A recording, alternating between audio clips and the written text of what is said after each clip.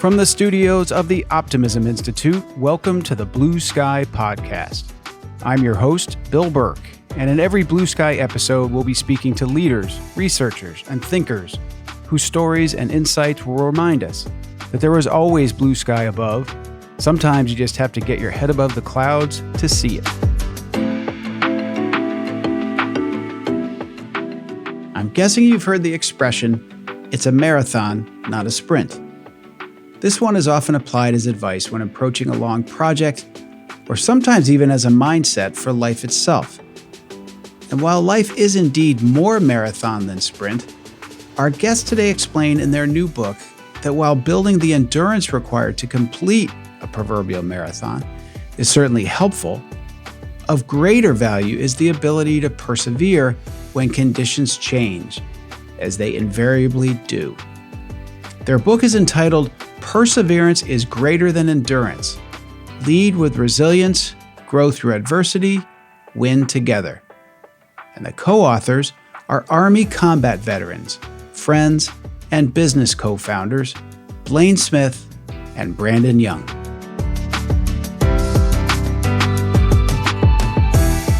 Blayne Smith is a West Point graduate and former Army Special Forces officer who's transitioned to become a business and social impact leader. With Brandon Young, he has co-founded and is a principal of Applied Leadership Partners. Blayne's also the Director for Health and Well-Being at the George W. Bush Institute and serves on the board of the Armed Services Arts Partnership and as an advisory board member of Go Ruck. Previously, Blayne was the first executive director of Team Red, White, and Blue, a veterans nonprofit that has grown into one of the most trusted and effective organizations in the space. During his time in the military, Blayne led combat units in both Iraq and Afghanistan. He's a Draper Leadership Award recipient, the Distinguished Honor Graduate of the Army's Ranger School, and was awarded 3 Bronze Stars, including one for valor. Blayne holds an MBA from the University of Florida and currently lives in the great state of Maine with his wife and 3 children. Brandon Young is also a former U.S. Army Ranger and had 4 combat rotations to Afghanistan. While serving in the 75th Ranger Regiment, he assessed, mentored, and trained more than 1,000 Ranger leaders. Brandon has spent more than 25 years building and leading teams in the military, corporate healthcare, and nonprofit sectors. He's built partnerships with some of the world's most iconic brands, including Nike, Walmart, and Starbucks, and has been published in various magazines and peer-reviewed academic journals. Brandon holds a Master of Divinity in Leadership from Denver Seminary and lives in Colorado with his wife, Kelly, and they have 2 adult children. Before writing their book, Brandon Young and Blayne Smith co-founded Applied Leadership Partners in 2020 to share their hard-earned wisdom with leaders guiding teams through growth, change, and adversity. Applied Leadership Partners is a boutique consulting firm that supports leaders in creating tightly knit, high-performing teams through development training, keynotes, and executive advising. I hope you enjoy this Blue Sky conversation with Blayne Smith and Brandon Young as much as I did. Blayne Smith and Brandon Young, welcome to the Blue Sky Podcast. Hey, Bill. Hey, good to see you. Thanks for having us, Bill. Oh, it's a pleasure and it's an honor. I thank you for your incredible service to our country and the great work you're doing now. I'm familiar with your bios and your backgrounds. Blayne, you're a West Point grad, Green Beret. Brandon, U.S. Army Ranger. Where did you 2 meet? Was it in the service? Was it after? How did you 2 get together? It's good. It's a good question. We get that one a lot. We actually did not meet in the service. We were on kind of parallel paths doing similar things at the same time. Never met each other. And we met in our first job outside the military, which was as sales reps for a company called Ameripath. Okay. That was bought by and became a division of Quest Diagnostics. So Brandon got there a little ahead of me. He was in the water warming it up for me a little bit before I showed up. Yeah. But we both were feeling a little out of place maybe, but recognized something similar in each other pretty much right away, I think. Were there a lot of veterans in that group, or were you just two standouts that way, and that's part of how you bonded, you think? Or It's a good question. This was kind of an early adopter of seeking out veteran talent, particularly junior military officers, okay, senior non-commissioned officers exiting service. We both got picked up during the same time frame as the leadership was really looking to see how they could bring that kind of leadership experience, bring that grit, determination, and really take that and move it into the marketplace. So for me as an example, I got hired as an expansion territory rep. So they flat out just said, like, we're not really super concerned about that whole bachelor's degree that you have in sociology that you're supposed to finish. In fact, we're going to waive it, finish it within a year. Yep. We're more interested in the decade in special operations because we think you're going to be able to do something good here. And I don't know why more employers don't do that. I can't imagine that kind of work seems really challenging after what you guys saw overseas and in your training. And and we'll talk some more about that. You guys met there. You both have also done a lot for veterans since you got back in various nonprofits. Can you talk a little bit about that? And then I'd like to then move into what you're doing today. Sure, happy to. I spent the first couple of years outside of the service, and Brandon could probably tell you a pretty similar story. Just trying to find my way and find my feet. I thought maybe making a clean break and turning the page was the way to go, and felt pretty isolated and lonely, honestly, at times, even though I was having some success at work.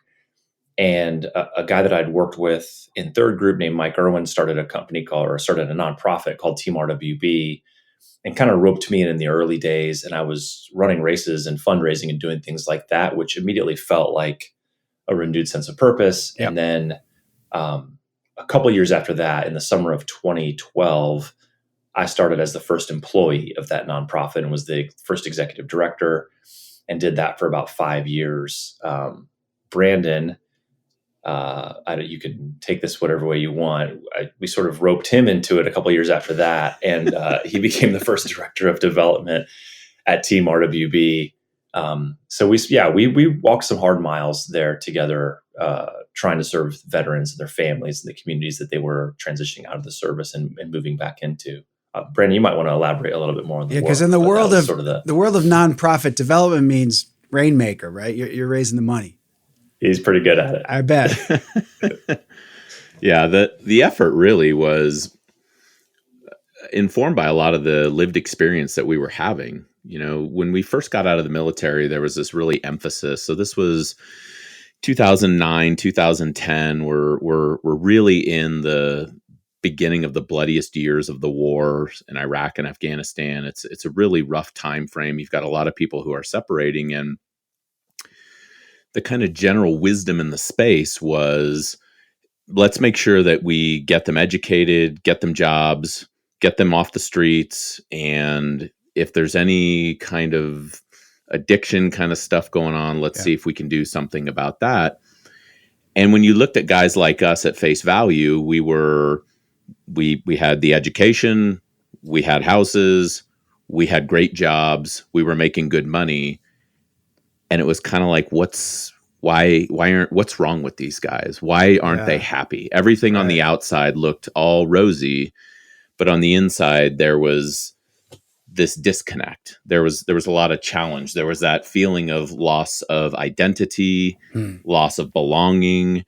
You know, Bill, I served with the same exact guys for a decade. Yep. And then all of a sudden I was just off the team. Right.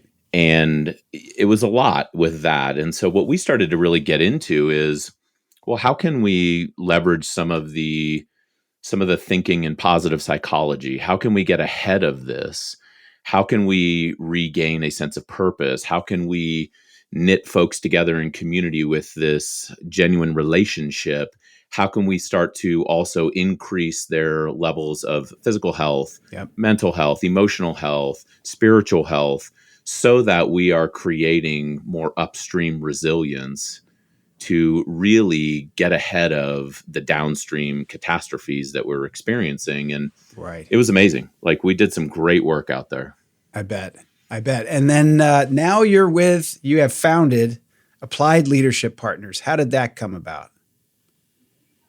a similar roundabout technique, Bill. We had parted away. So I had left Team RWB in the summer of 17. Brandon was a little behind me there. I went off to work at a company called GoRuck that I was a huge fan of. And that was kind of my next adventure. Brandon went to the Tennyson Center for Children and was their chief advancement officer. So that was kind of the next step on his path. And for various reasons on various timelines, we found our way to a place where I think both of us felt like we wanted to do something original, something that mattered. We wanted to build something again. I had been consulting for a couple of years and it was going okay. Brandon called me up and was like, "What's the story with this consulting? How does that work?" And I was like, it's okay. And I'll tell you all about it. But I really need to kind of get back in the huddle, so to speak. That's the way I always describe it, is that I did okay on the sideline holding a clipboard, but I really wanted to put a helmet on and get back in the huddle. And over a series of conversations, we decided that it was worth a shot to at least explore what it would be like to build something of our own, to have a real business, to serve real clients, to build something that we could be proud of and involve other people in potentially and grow someday and have that level of kind of ownership and agency. And to me, that felt a lot better than being a consultant. Like we still kind of consult, I suppose, but it feels very different now to really focus on leadership development, to really partner with the organizations that we work with, and to have something that we're really proud of that we're building. I think, anyway, that felt very different to me. And I was very excited from the get-go. Yeah, I would just add to that. The opportunity we saw is that, generally speaking, the big problems in the world are leadership problems, big L leadership problems. And we wanted to make a meaningful contribution to the space more in the wisdom aspect of things, because what we have seen over the years is there's so much great stuff out there. There's so much great information out there, and you can keep consuming that. But the gap between consumption and effectiveness oftentimes was application. There was this application miss. And so we wanted to see if we could come alongside organizations that are doing great things in the world and see if we can give them some very useful frameworks to just apply some of this great information out there so that it converts to understanding and then wisdom, which we talk quite a bit about as kind of the apex of perseverance when we think about what it looks like to get from where you are today to become who you need to be really for tomorrow and beyond. Got it. And so you do workshops, public speaking, kind of all the above, and with all kinds of organizations now, not just ex-military folks, not just nonprofits, but any organization that needs your help. Yeah. And as Brandon said, I think most challenges are leadership challenges. And so whether you're a tugboat company, a healthcare company, nonprofit, for-profit, government agency, everybody wrestles with some of these fundamental problems. And Brandon and I, we've had a lot of looks at this point, and we've seen a lot. Haven't seen everything. We certainly don't know everything, but you do see some themes that emerge over time. And most organizations could use some support, especially if they're going through, growth or change or a period of uncertainty or adversity. We all could be better at teamwork, leadership, communication, some of these fundamental things. And as Brandon said, oftentimes the determinant of success is how effective you are in the application of it, not whether you know the right theories or have read the right books. And so our kind of unofficial motto is that we would rather be useful than brilliant. We've thought hard about this stuff. We've read all the books too, but we want to help you actually put this stuff into play.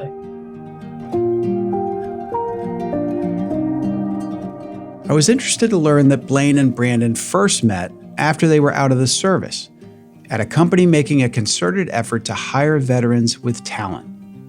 I'll add my own strong bias here that military training often contributes greatly to a veteran's ability to do a terrific job in roles they're assigned once they're out of the service, and that hiring officers are wise to respond positively when they see military service on an applicant's resume.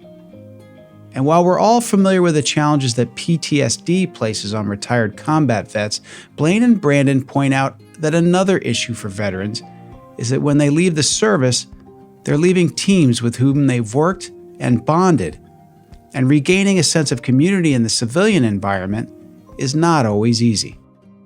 Both of these men did work supporting fellow veterans before deciding to work together to help organizations address their own leadership challenges, a subject they both knew a lot about from firsthand experience. Getting back to our conversation, we'll next talk about the book these two have recently published. Speaking of books, for some reason you guys decided to write one together, and I've written one myself. I know how hard they are to do. You guys are seem to be gluttons for hard work. Maybe it's your training, maybe it's your combat experience. But the book you have written is called Perseverance is Greater Than Endurance. And when I first read the title, I was like, what even is the difference? What got you onto this concept? Why do you think it's so important? I've since read the book. It's fantastic, and I get it now. But for those who haven't and who soon will read your book, why this topic? Brandon and I both observed, I think, in parallel and then very much together, this dynamic happening in the world. And it especially pops up when there are periods of uncertainty or adversity. And as a couple of guys who have been fortunate to work with tough people and smart people throughout our careers and to have done some hard things, you get a sense sometimes, and we've been victims of this ourselves, is that if you're really good at doing hard things, you think just doing hard things is sort of the answer to everything. Just like work harder, hold on tighter, push further, hang on. Yep. And there's a ton of value. That's what we would call endurance. And there's a ton of value in endurance. There are lots of times in life where the thing you need to do is just put your shoulder to the wheel and get it done. Just suck it up and get through it. But there are a lot of times in life where that's not the answer. And I think what we were seeing far and wide, and this was particularly true during kind of the COVID lockdowns and then the aftermath, when there was a lot of uncertainty, there was very little control, was smart, capable people trying to endure beyond the extent of their endurance. And it wasn't getting them where they wanted to go. And we just sort of had a light bulb moment at some point at the whiteboard and said, hey, this is different. Real perseverance is that ability and that willingness, that set of capabilities that allow you to kind of take the long view and weather the ups and the downs and take it in stride. And most importantly, to adapt and change and grow in the process. So we're like, wow, these are both good things, but they're very different things actually. And having the wisdom to know when you're kind of in endurance mode and when we maybe need to be in perseverance mode could make all the difference for people. Well said. So the analogy you used, or one of them in your book that really helped me, was the marathon analogy. And so let me give it a shot. So endurance can apply to a marathon, right? The starting line's here, the finish line's here. It's going to be 26.2 miles, no matter what. And I can go online right now and download training for a marathon, and it can tell me how many miles to run each week, and I endure and I do it. Perseverance, though, happens when change is presented to you, right? When things are unexpected. So can you walk us through? I can understand how I train for an endurance event. How does one train to be stronger in perseverance? Yeah, that's a really good, it's a good question. And we would first start off by saying that endurance is highly valuable and in fact critical to the entire process. And so when we think about, in the military, we have a term called getting left of bang, which is getting ahead of those moments of setback, those moments of adversity that life will inevitably throw at you. We think about resilience building exercises. We think about making sure that we are fit, making sure that we are mentally present, making sure that we invest in our spiritual health, making sure that we invest in our authentic relationships, all of these things, which we really cut our teeth at while we were in that veteran serving nonprofit, doing this with 150,000 veterans connecting to over 200 communities. We learned so much about that. And when we think about what will prepare us for perseverance, getting left of bang in that regard is really critical. And it's a little difficult because there's some common obstacles that we experience. We experience that seduction of busyness, where we experience Blayne and I call it the balance fallacy, which when we think about, wow, I've got to live a balanced life. I mean, that just invokes stress right there already. We think about integration being a little bit more of a valuable way of looking at it, because what we want to do is we want to get through some of these things that maybe bait us into believing that we can't actually invest in our resilience, that we can't get ahead of these practices, so that when we do experience the unsettling nature of change and uncertainty, we're a little bit more able to flex. We're a little bit more able to stay in our prefrontal cortex, so to speak, as opposed to going limbic. And actually think through, how do I start to shrink the world down? How do I accept what I can control? How do I release what I cannot control to make the best possible choice in service of our mission and our people, to then move the organization forward? And you talked about the illustration of the marathon. I'll come back to that, because what you have with a marathon is it's a known quantity, is really what it comes down to. Right. I mean, so on a course from point A to point B, by the time you get to point B, you're essentially a more tired version of who you were at point A. But perseverance is not like that. By the time you get to point B, you are not the same person that started the course at point A. And the difference there is that when you're facing adversity, which we would distinguish that as different from hardship.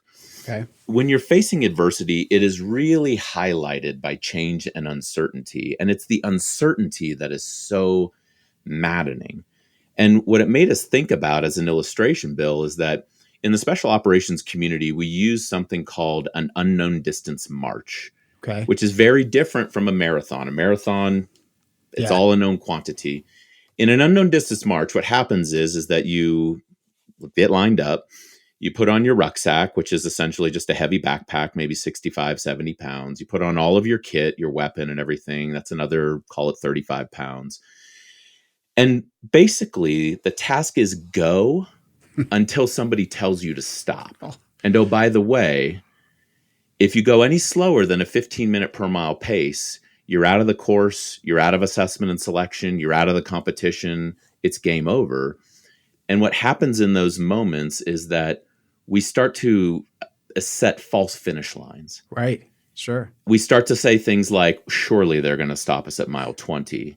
And then when we do that, we break come mile 21, because we have now busted through a false finish line. And we saw that so many times in the marketplace, because I'll tell you, just like in these Ranger assessment and selection or Special Forces assessment and selection, everybody who toes that line is smart, strong, determined, resilient, fast, all of these things. It's not the physical aspect of it. It's sometimes is the mental, but it's how will you deal with the uncertainty that is required to be a special operator on the front lines of American policy.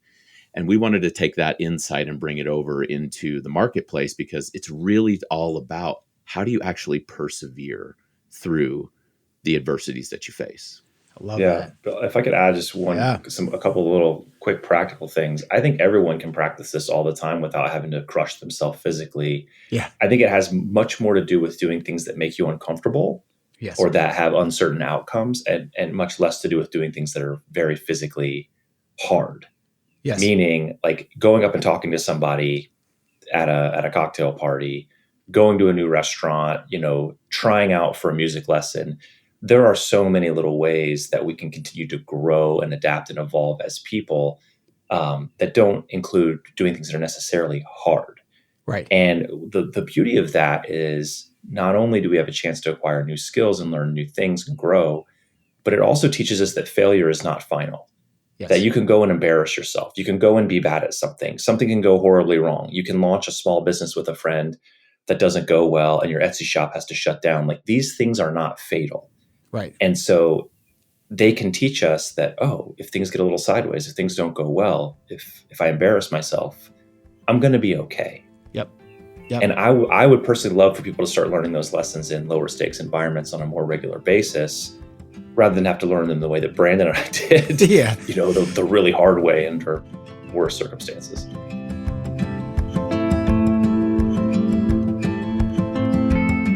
There's a lot to reflect on here, starting with the idea that a lot of capable people struggle when they assume they can simply endure their way through a problem, rather than focusing on persevering by adapting, changing, and growing.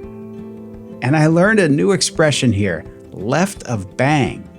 The idea of anticipating and avoiding the incoming challenge by identifying it and moving in a different direction. And while I wouldn't necessarily be keen on signing up myself for an unknown distance march, I am fascinated by that concept. Not only does it make for impactful training, it seems to me to be a strong metaphor for life itself. Back to the idea that life's not a sprint, nor is it a marathon, it seems to me that it's an unknown distance march. We don't know when or how it's going to end, or what obstacles we're going to face between now and then, and persevering through it all, doing our best to stay left of bang, is the best we can do. And there, I've already used my new favorite expression in a sentence. Now, back to my blue sky conversation with Blayne Smith and Brandon Young. I'm wondering if you guys have ever thought about the role of optimism. You're talking about leadership. I interviewed Bert Jacobs, who is the co-founder of Life is Good, the apparel company. And he told me it's all about optimism, right? And he told me, I challenge people, bring me the list of history's great pessimists.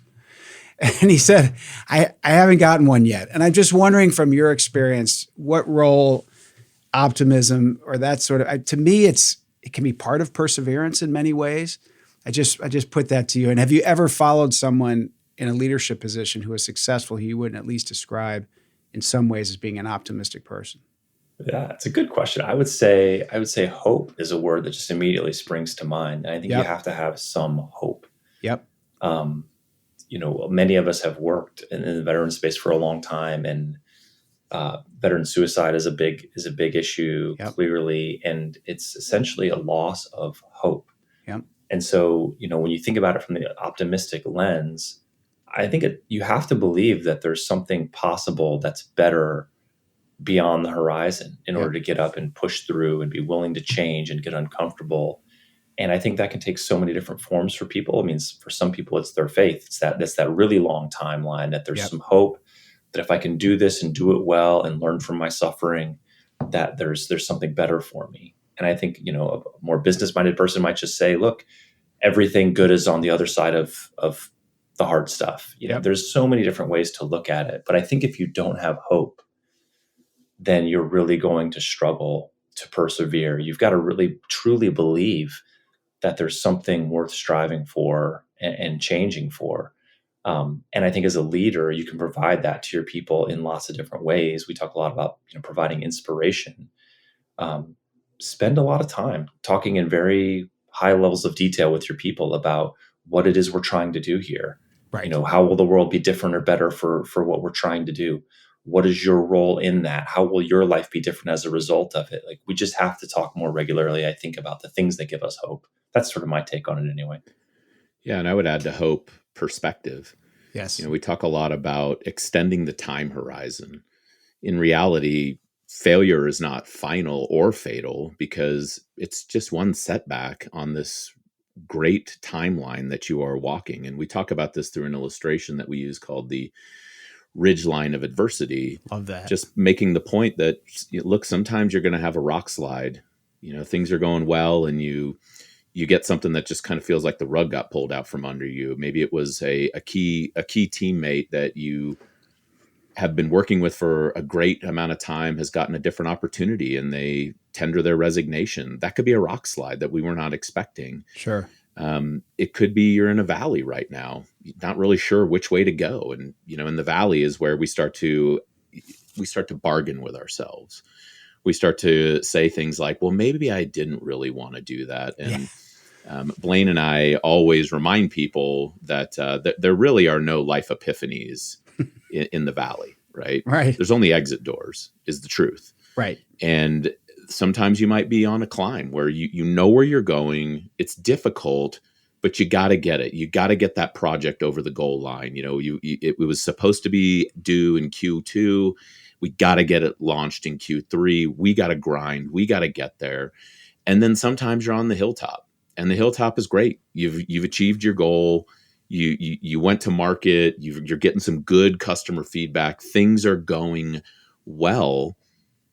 but you can't just kick it on the hilltop and expect to be there for the rest of your life, right? You know, Right. if you do that, then you're going to get blown off the backside if you kick it on your rucksack for too long. And so you got to kind of get up and get going. So I think it's important to note that when we extend the time horizon and gain a little bit of perspective, that gives us a little more optimism, a little bit more capability to be optimistic, because we know that the moment we are experiencing right now will not last forever. Yeah. And we share, you know, Blayne talks about hope and talked about inspiration. What we think about a lot when it comes to that dynamic is that the mission is greater than the moment. The moment Yes. might be uncomfortable. It might suck, right? I mean, and there's so many people that are going through really difficult stuff right now. Market headwinds, rate changes, Sure. reductions in force. You know, there's always going to be uncertainty out there. Mergers, acquisitions, all of these things. Guess what? They're hard. Yeah. And they feel uncomfortable, especially when you care about what you're doing.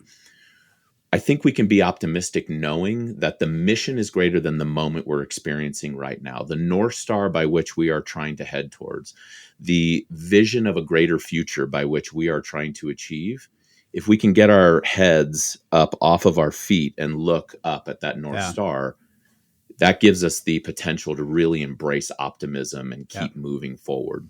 I think that's great. Yeah, and I love your ridgeline analogy too, because again, I think a lot of this comes back to expectations. I sometimes bristle at some of the happiness literature, because I think it often gives people a sense that if they're not happy, something's wrong, and they stop, or they're wondering all the time.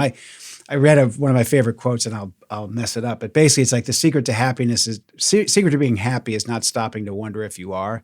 And you know, sometimes I think there's just too much of that, and social media accentuates it for young people. Like, they seem so happy at that school. I went to the wrong school. So I think these expectations are really important. And I also love what you said about hope. Another favorite guest of mine and a veteran is Lee Ellis. I don't know if you've come across Lee, but he was in the Hanoi Hilton along with John McCain. I think he was there 5 or 6 years. Talked a lot about, very influenced by Viktor Frankl and Man's Search for Meaning, and surviving based on that hope. And in there too, I don't know if you're familiar with the Stockdale paradox, but this, So the Stockdale paradox, like, his point was, it was the guys who said, we're getting home by Christmas, and then Christmas would pass, and they say, we're getting home by Easter. And again, this sort of false expectation, as opposed to seeing the long view. So Lee Ellis is like, I don't know when it's going to be. We're getting out. And when I get out, I'm going back to my family. I'm going back to this, that, and the other. So I think those things are all really important. And there's no greater crucible for all this than your background, I think, in military training and combat experience. Yeah, we talk about that. You know, we are also influenced by the Stockdale paradox. So when we talk about perseverance, what we wanted to do is give people something to hold on to, right? We think a lot about frameworks, and so the framework that we think about with perseverance is change, uncertainty, acceptance, choice, and growth, which we can descend into the particulars of that. But in the acceptance chapter, we actually talk about how the Stockdale paradox, that exact thing you just described, actually gives us a lot of agency. Yes. In the process. Yep. And it could feel like, well, I don't know, but what is it? The pragmatic optimism, I think, or something in that regard. Yeah. That gives you a lot of agency Sure. in the process. Yep.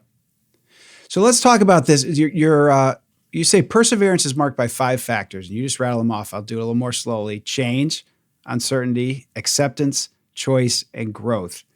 Walk us through those. You know, so you something changes and you've got this trajectory, you think, and then something gets thrown in your face, a change, whatever. So how do you persevere through change? Sure. So here we go. I'll just kind of give a 30,000-foot view of it all. So it starts with change. Things change fast and often without notice.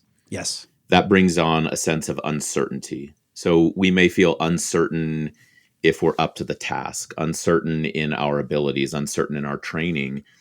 And the important thing that we like to distinguish here is that uncertainty brings about a base human emotion, and that is fear. Sure. We like to veil that with a lot of cool words that are softer, like, oh, I'm a little anxious, I'm a little concerned. It's fear. Yeah. And fear at the core is the friction that holds us in place. And either purpose or pain will end up moving us off that mark eventually. We will either run from our pain or we will run to our purpose. And that is where acceptance comes into the equation, because we must truly accept what we can control, accept what we cannot control, and start to really put the options out there, start to really look at the decisions that need to be made. And that's great. But next comes choice. Yes. And we tell leaders all the time, this is where you get to choose to become the leader that you say that you are, or the leader that you aspire to be. In other words, we say, this is where you get to choose to be your values, your creeds, your ethos, all the things that we say. Yeah. We choose it, and we will get to choose it again and again and again and again, because it's not like you just make one choice. You gotta stick with it. And on the other side of that is growth. And when we talk about growth, we talk about really becoming the person the situation calls for, becoming the leader the circumstances call for, to navigate your team through that adversity that they're experiencing. And on the other side of that, it's really embracing some more of that wisdom. It's going from that knowledge, embracing the understanding, and then really walking in a sense of wisdom where we can start to know how to apply right information to the right circumstance to yield the best possible outcome as we go forward, because life is going to throw us more adversity. And not only did you just persevere and likely achieve, but you become a leader who can persevere.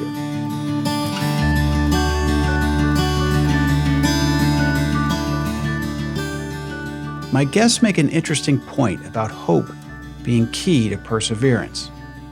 This is a helpful concept to consider as we try to address the tragedy of veteran suicides in this country.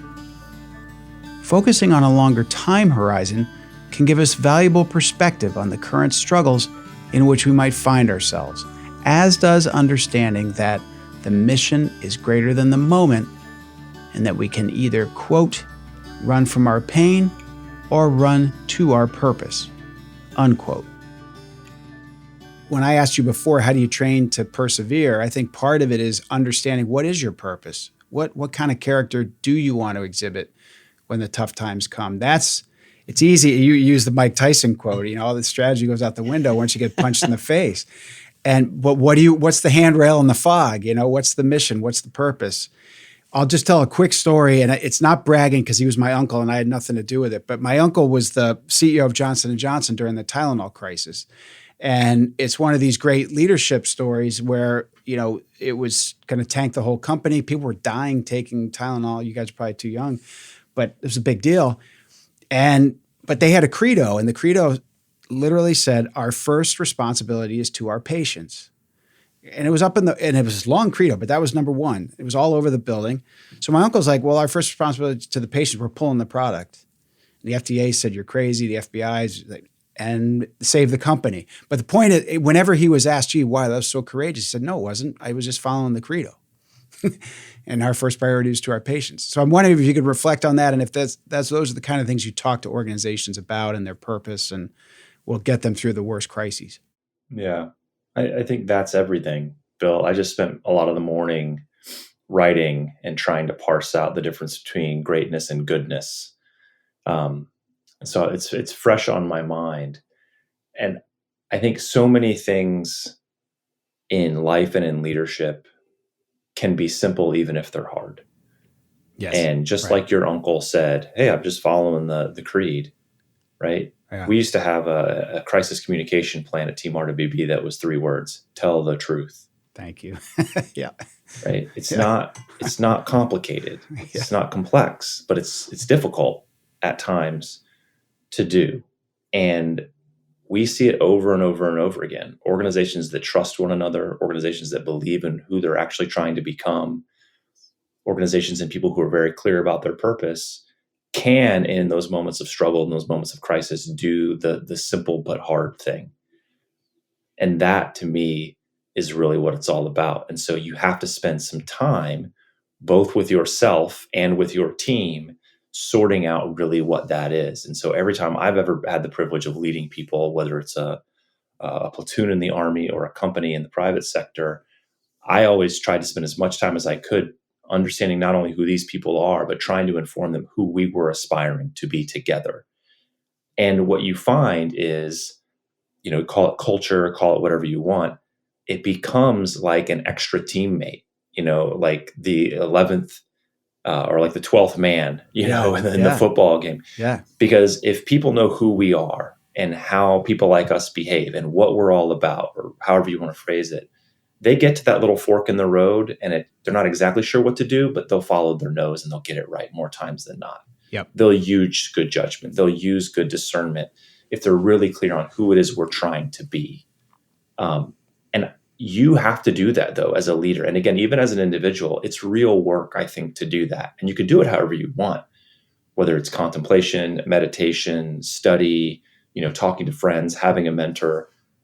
But we all have to commit to doing the work, to think really hard about who is it we're really trying to be? Yep. What do we really believe in and stand for? And then as a leader, you've got to figure out a way to communicate that to your people with a lot of concision, because they're busy, with a lot of consistency, because, you can't just do it one time, and with a lot of clarity. And you just keep doing that. And it doesn't take that long. Right. And then you can trust your people. When it's a 51-49 situation, they'll probably do the right thing when you're not looking, but you got to do all that work up front and continuously. And I think if you do it well and continuously too, there's a flywheel effect in that you build a culture. The people who stay appreciate that culture. The people you hire, if they don't appreciate it, you're not going to hire them. They probably don't even want to be there. And you guys have worked with enough organizations, I would think. So there are times you can walk into a building or a headquarters or wherever, and you can feel it. Like they've got something going on here that's working, and the opposite. I know someone who was doing a field study project when Enron was at its height, and he told me, and they hit the fan, and I said, "Did you see it coming?" He's like, "All I can tell you is there was a weird vibe the minute you set foot in that building. There was just this," and so I think what you're doing sets people up for a continuous success, because it's self-fulfilling. It's sort of the self-cleaning oven kind of situation. Is that something that you've seen in your work? Oh, certainly.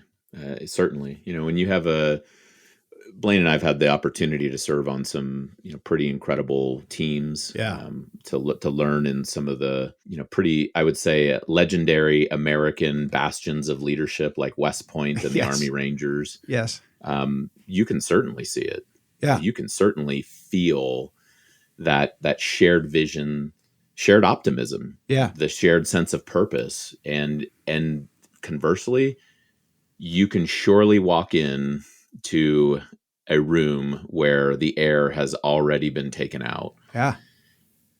And bring a little bit of life. It's actually interesting. I hadn't thought about it until you asked this question, but it's also interesting to note that you can walk into a room, and I trust that all of us have probably seen this at some point in time, where you even have a team that they're really clear about who they are. They're really clear about what their mission is and what they're trying to accomplish, but have just been so smashed with a number of setbacks and changes and uncertainty that even though they know who they are and where they're trying to go, the air feels like it's been let out of the room a little bit, because they're just so overwhelmed. I think they're a little overcome by events at the time.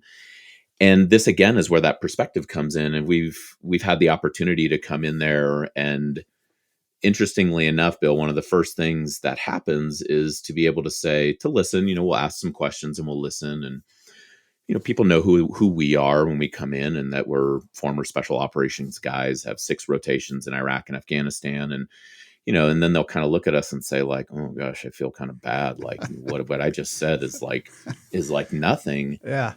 But here's the thing.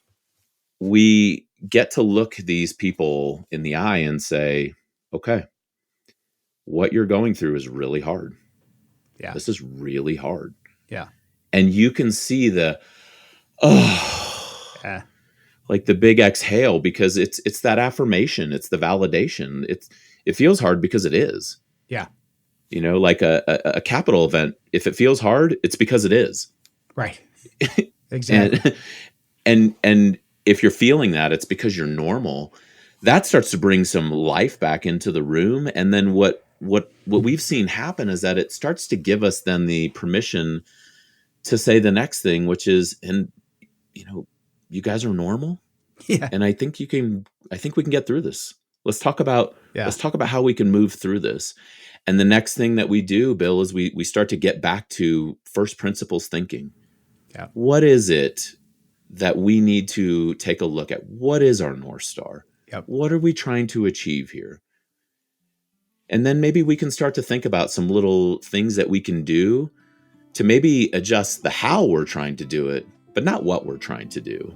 Right. And I think that really has helped out so many people. And it's a real gift to be able to enter that space.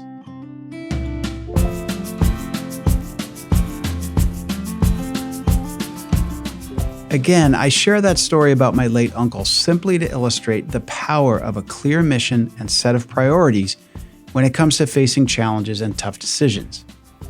And I love what Blayne said here about culture becoming almost an extra team member in these demanding situations. Now to the final segment of my Blue Sky conversation with Blayne Smith and Brandon Young. I'm going to ask you one thing that takes us a little bit off of the current subject, but you said, Brandon, you said in your book, when you're a young ranger, you pray to be deemed mission critical someday. The title loses its luster when you're an absentee husband and father. One of the things I think a lot of us struggle with is, you mentioned it before, there really is no such thing as balance. I cringe sometimes at this whole work-life balance thing. I don't think that's a good analogy at all. Yeah, thank you. You gave me the thumbs down.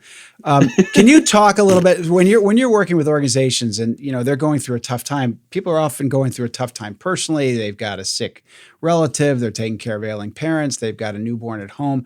How do you counsel people and organizations on that sort of, forget work-life balance, but that sort of whole person, managing your whole being in those difficult situations? Is that something that you guys work on with organizations?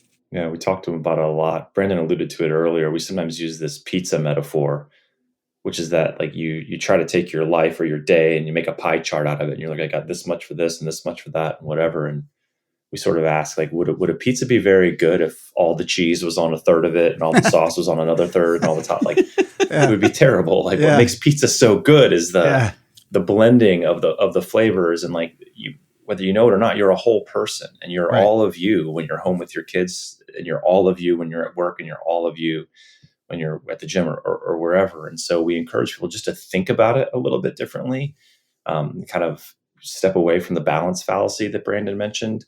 And just think, again, go back, think really hard about who you are and how you want to show up for the people that matter most for you.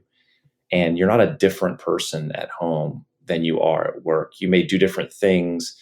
You may maneuver a little bit differently, but you should remember that you're still a whole person 24 hours a day. And just think, like, what am I trying to achieve here? How do I want to show up for these people? How do I want to represent myself and comport myself and be in the world? And you can be that, coaching Little League, in a boardroom, etc. You don't really have to change who you are. So there's a lot of lip service paid to things like time management and efficiency and optimization and hacking and all of that. And I think we reject most of that. Like, we're all about, having control of your life, but oftentimes it looks like don't overcomplicate it. Perhaps you need to do a little bit less. And the big thing that we've talked about a lot lately is energy management. So it's one thing to manage your calendar. It's another thing to manage your energy and your emotions. And what we see way too much of is people going from one call to the next call, or going from their driveway to home to make dinner.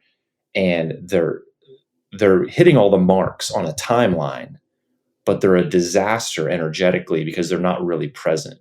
So we all have that one friend who's super exuberant and tries to do too much. And they can meet you for a drink and they're there on time, but like, they're not really there for the 40 minutes you have with them, And I think most of us would do better to think about what are we bringing energetically to all of these situations? Is that a reflection of who we are and who we're trying to be? And maybe we need to probably do a little less in some of these cases. That I think makes a delicious pizza. Yeah. But if you're the friend, the colleague, the coworker who's just going from cheese to sauce to toppings, all the time, like, it just doesn't work. Yeah, that pizza would suck. We talk about this. I appreciate you quoting me. I've actually never had somebody quote me before, so there you go. Fun. That's a thrill. You're a published author now, Brandon. Get used to it. Get used to it. I know. It's going to keep happening. But in that moment, that quote came from the first chapter of the book. I share a story called Winter Strike 2003, and it was a story where we had already been in Afghanistan deployed for much of 2002 and nearly all of 2003. And in the process here of all of that, it's worth noting that I had just gotten married. In fact, I got married 6 days after the towers fell on 9/11. I was supposed to be married in December, but I got married September 17th, 2001 in the living room of the house that my wife grew up in because her mother actually passed 2 days later. Oh, she was on hospice. And a couple days after that, I was in the Middle East. Right. And so it was a very chaotic process that kicked off then just a number of deployments. I was around for about 3 of the first 36 months of our marriage, which is where I come back to, and missed my son's birth, which is where I come back to the fact that, you always want to be mission critical. It's like, oh, crap, I'm mission critical. I have to go on these deployments. Yep. And to get back to the idea of integration as opposed to balance, I share a story in there. It was the first casualty that the 2nd Ranger Battalion took in the global war on terror. November 14th, 2003, outside of Nangalam, Afghanistan, a friend of mine that I had come up with in the Rangers named Sergeant J. Anthony Blessing was killed by a roadside bomb. And here's the thing. I reflect on this in the book, how it affected me. Because at the time, I was actually 20 kilometers away from my friend. I was 7,000 miles away from my wife and a child who did not know who I was. Yep. And yet 2 feet in front of me, I had a platoon of Rangers to lead. And so the thing about it is what can you do in that moment? Again, shrink the world down to what you can control. Oftentimes we tell people it's a good proxy for the situation calls for perseverance when the very next thing you need to do is the very last thing you want to do. Yes. And so shrinking the world down and moving through all of that chaos when I truly just felt pretty hopeless and helpless in that moment. Sure. But it was every one of those ingredients, every one of those pieces of my life that enabled me to look at those men and have them lift me up as I was trying to lift them up, while considering the fact that can I fight my way back to my wife and kid? Yep. Can I honor my other friends who are out there with the lost one with or one of our lost? How each one of those ingredients was still inherently a part of me. I was still friend, father, husband, leader, all at the same moment, which all I think gave me the opportunity to reach for hope, actually, though it is a situation that felt hopeless. Amazing.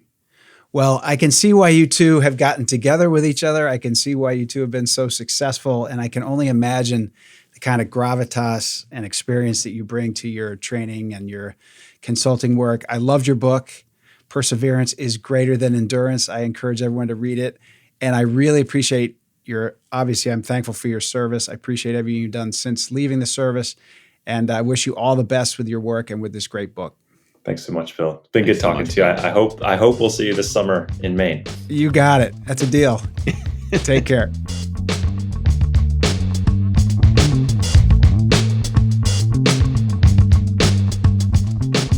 To the expression left of bang, I'll add to the long list of gifts from this episode the analogy of the pizza as a way to think about life integration as opposed to the concept of work-life balance.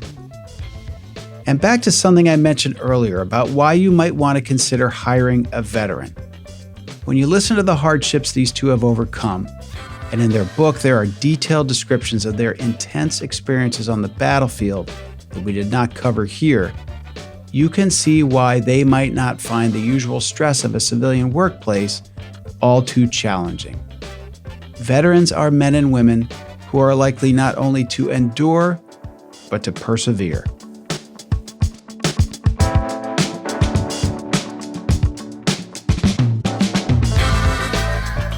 I hope you enjoyed this Blue Sky conversation with Blayne Smith and Brandon Young. Before you go, please leave us a rating and review. These help us keep making our shows better and also make it easier for others to come and find us. While you're at it, you might want to subscribe to Blue Sky wherever you get your podcasts, sign up for the Blue Sky Weekend newsletter at theoptimisminstitute.com, and follow us on social media. All graphic design and cover art for Blue Sky and the Optimism Institute are provided by Crush Graphics. And that's Crush with a K, if you'd like to check out more of their fantastic work at crushgraphics.com. And this and all Blue Sky episodes are made possible by the incredible editing and mixing done by the team at Sound On, Sound Off.